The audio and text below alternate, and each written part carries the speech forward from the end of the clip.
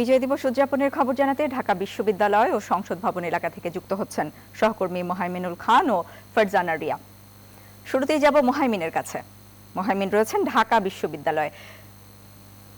মোহাইমিন, ঢাকা বিশ্ববিদ্যালয় এলাকায় বিজয় দিবস উদযাপন কেমন দেখছেন?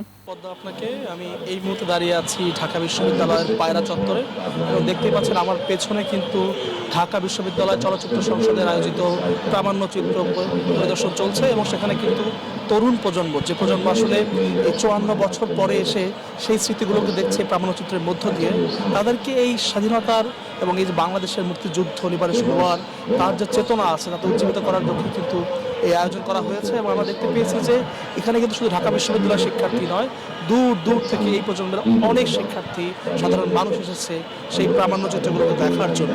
54 বছরে কিন্তু আমরা হারিয়েছি অনেক মানুষ, অনেক মুক্তিযোদ্ধাকে আমরা হারিয়েছি যারা আজ আর বেঁচে নেই। ফলে এই যে প্রামাণ্যচিত্রগুলো সেটাই কিন্তু আসলে সেই মুক্তিযুদ্ধ দালালিক প্রমাণ এবং তার সাক্ষ্য দিচ্ছে যে সেই যুদ্ধ কতটা ভয়াবহ ছিল, কতটা ভয়াবহ যুদ্ধের মধ্য দিয়ে আমরা এই স্বাধীন বাংলাদেশ পেয়েছি। এবং তরুণদেরকে সেই চেতনায় উজ্জীবিত করতে, সেই ইতিহাসের সাক্ষী করতে এবং প্রজন্ম থেকে প্রজন্ম এই যে স্বাধীনতার যে চেতনা, বিজয়ের চেতনা, একাত্তরের চেতনা তাতে উজ্জীবিত করতে কিন্তু আজকে এই উদ্যোগ রয়েছে। তো পদ্মা ঢাকা বিশ্ববিদ্যালয়ের পায়রা চত্বর থেকে এই ছিল এখন পর্যন্ত আমার কাছে সর্বশেষ তথ্য। চলে যাচ্ছে আমাদের আরেকজন সহকর্মী ফারজানা রিয়ার কাছে, যিনি আছেন মানিক মে এভিনিউতে। রিয়া, মানিক মে এভিনিউতে আসলে এখন কি অবস্থা, সেখানে কেমন চলছে আয়োজন?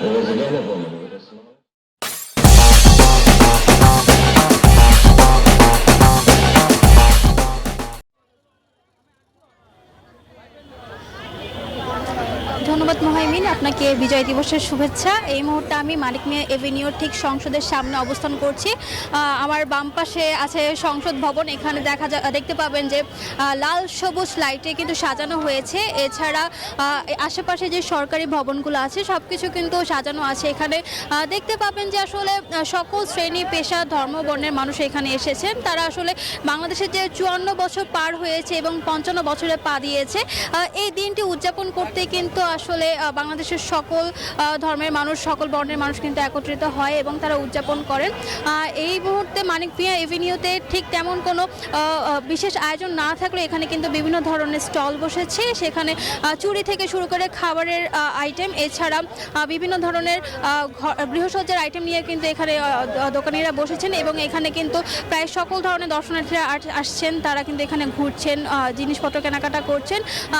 বলা যায় যে আসলে এই দিনটি উদযাপন করতে কিন্তু তারা একত্রিত হয়েছেন।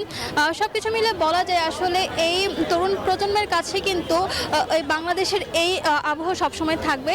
প্রত্যেক বাংলাদেশের সকল বয়সী মানুষ কিন্তু এটি ধারণ করে এবং বহন করে। সারা বিশ্বের বিস্ময় তুমি আমার অহংকার, বাংলাদেশের এই অহংকার কিন্তু সকলেই তারা নিজের মনে বহন করে।